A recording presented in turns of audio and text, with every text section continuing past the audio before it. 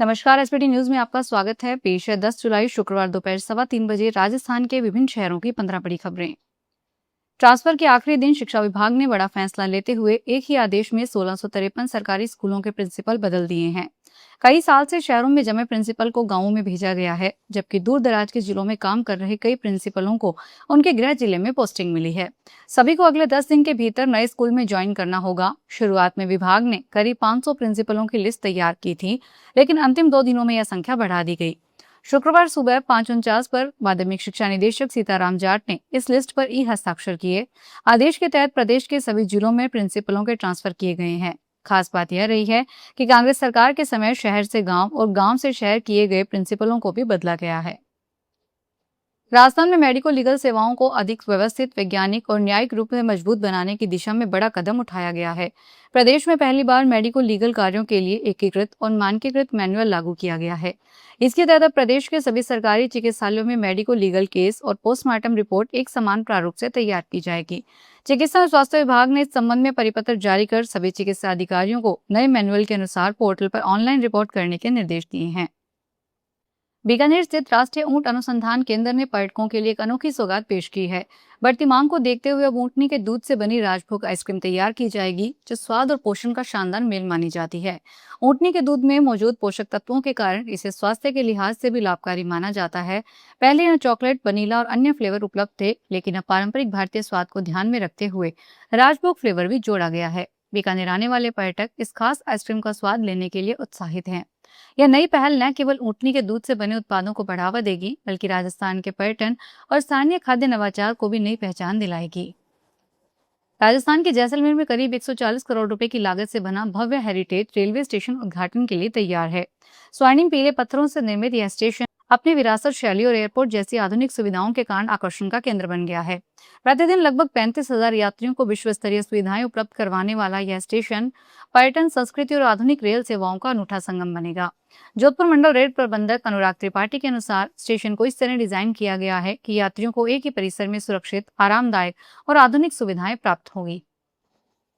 Monsoon की दस्तक के साथ भी बीकानेर जिले का बड़ा हिस्सा इस बार अच्छी बारिश से वंचित रह गया। कुछ इलाकों में हल्की बारिश जरूर हुई, लेकिन अधिकांश क्षेत्रों में लोग अब भी झमाझम बारिश का इंतजार कर रहे हैं।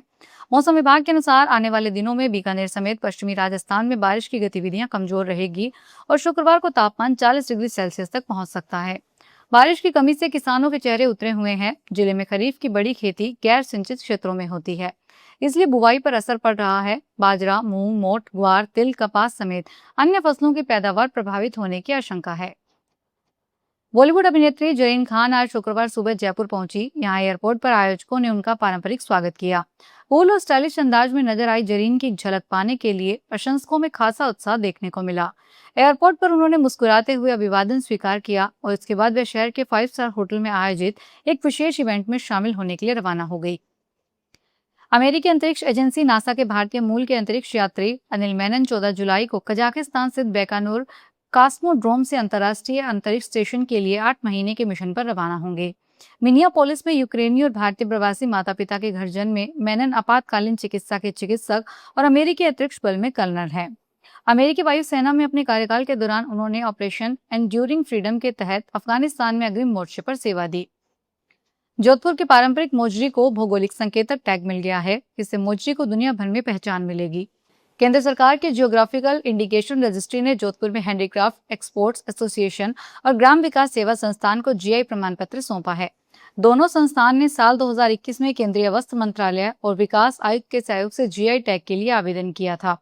जोधपुर के हैंडीक्राफ्ट उद्योग के लिए इसे बड़ी उपलब्धि माना जा रहा है। पेट्रोलियम मंत्रालय ने आज शुक्रवार को कहा कि भारत का इथेनॉल ब्लेडिंग प्रोग्राम मौजूदा सरकार के समय शुरू नहीं हुआ था, बल्कि इस पहल का एक लंबा संस्थागत इतिहास और कई अहम पड़ाव रहे हैं। मंत्रालय ने कहा कि E10 और E20 एथेनॉल ब्लेडिंग में बदलाव किसी अंदाजे पर नहीं, बल्कि कई सालों की टेस्टिंग, मैन्युफैक्चरर्स के साथ बातचीत और फील्ड के अनुभव पर आधारित था। मंत्रालय ने एक विस्तृत बयान में कहा कि 2001 में एक पायलट इथेनॉल ब्लेडिंग प्रोग्राम शुरू किया गया था। 2004 में इसकी औपचारिक घोषणा की गई थी और 2006 तक कई राज्यों में E5 लागू कर दिया गया था। अजमेर नगर निगम के स्थायी और अस्थायी सफाई कर्मियों और ऑटो टिपर ड्राइवर्स की हड़ताल आज शुक्रवार को तीसरे दिन भी जारी रही। हड़ताल के तीसरे दिन भी शहर में कचरा नहीं उठने से बाजारों और सार्वजनिक स्थानों पर गंदगी के ढेर लग गए। इस बीच सफाई कर्मचारियों ने व्यापारियों को गुलाब का फूल भेंट कर अपने आंदोलन के समर्थन की अपील की। कर्मचारियों का कहना है कि यदि उनकी मांगे जल्द नहीं मानी गई तो आंदोलन को और तेज किया जाएगा। जालौर जिले के भद्राजून थाना क्षेत्र के कमला गांव में शादी का झांसा देकर एक युवक से 3 लाख रुपए ठगने का मामला सामने आया है। आरोप है कि बिचौलियों ने युवक से रुपए लेकर उदयपुर की एक युवती के साथ लिव इन का दस्तावेज बनवाया। 3 दिन बाद युवती रात को घर से चली गई थी।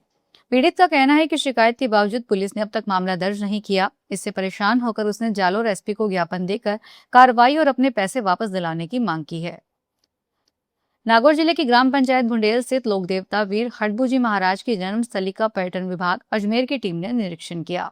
अधिकारियों ने मंदिर परिसर और आसपास के क्षेत्र का जायजा लेकर श्रद्धालुओं के लिए यात्री सुविधाओं के विकास की संभावनाएं देखी।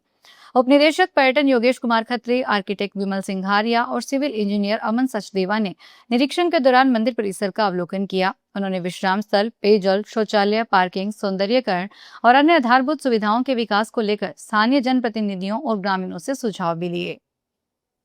हिमाचल राज्य के कई हिस्सों और शिमला शहर में फिर से बारिश हुई। राज्य आपदा प्रबंधन प्राधिकरण के अनुसार गुरुवार देर शाम तक बारिश की वजह से 75 सड़कें बंद हो गई। बिजली वितरण के 29 ट्रांसफार्मर प्रभावित हुए और पानी की सप्लाई की 5 योजनाएं बाधित हुई। भारत मौसम विज्ञान विभाग ने आज शुक्रवार को शिमला और सिरमौर में भारी बारिश का अनुमान लगाया है, जबकि सोलन में मध्यम से भारी बारिश की संभावना है।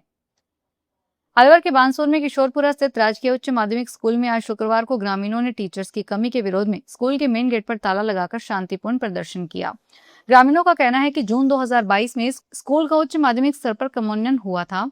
4 साल बीतने के बाद भी स्कूल में केवल 5 थर्ड ग्रेड टीचर ही कार्यरत हैं। इसी सीमित स्टाफ के भरोसे स्कूल का संचालन किया जा रहा है, जिससे छात्रों की पढ़ाई लगातार प्रभावित हो रही है। ग्रामीणों ने बच्चों के उज्जवल भविष्य को देखते हुए स्कूल में जल्द पर्याप्त टीचर्स की नियुक्ति की मांग की है। देश में जैसे आम आदमी के लिए आधार कार्ड बना है, जिससे आधार कार्ड नंबर और क्यूआर कोड से शख्स की पूरी जानकारी मिलती है, इसी तर्ज पर अब राजधानी दिल्ली में भी मकान, फ्लैट और जमीनों के लिए पहचान पत्र बनाने की तैयारी की जा रही है।